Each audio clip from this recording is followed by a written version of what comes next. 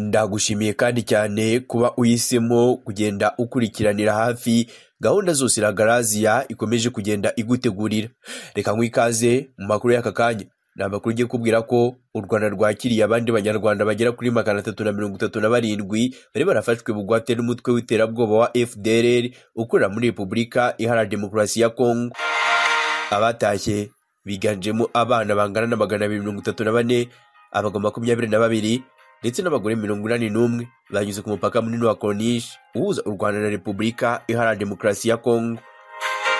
Aba bose batashye kuri uyu wa mbere ukwezi k'Ukuboza umwaka wa 2025, basanga imodoka zibategereje kugira ngo zibajyane ku kigo cya Kijote ho mu karere ka Nyabihu banyuzwemo by'agateganyo.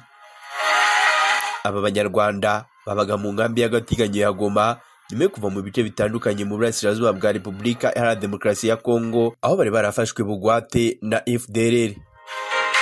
Umuyobozi w'akarere ka Rubavu wungirije ushinzwe imibereho myiza y'abaturage Ishimwe Pacifique yibukije abatashye ko ari imbaraga igihugu cyari cyarabuze, aho yagize ati: "Mwe mutashye mumenye ko tubafata nk'abantu igihugu cyari cyarabuze, ariko twishimiye ko tugiye gufatanya namwe mu kucyubaka.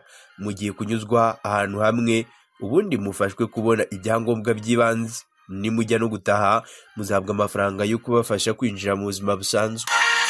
Soza iyi nkuru nakabwire ko ibyo bazahabwa birimo amafaranga y'ibanze yo kubafasha gutangira ubuzima, aho uwatahutse arengeje imyaka 18 azahabwa nibura amadolari y'amanyamerika agera ku 188, uri munsi y'iyo myaka ahabwa amadolari y'Amerika 113, ndetse buri wese agenerwe n'ibyo kurya by'ibanze bifite agaciro k'ibihumbi 45 by'amafaranga y'u Rwanda. Ndamushimire kubana nanjye, ukomeze unogerwe n'izindi gahunda Ragaraziya ikomeza kugenda igutegurira.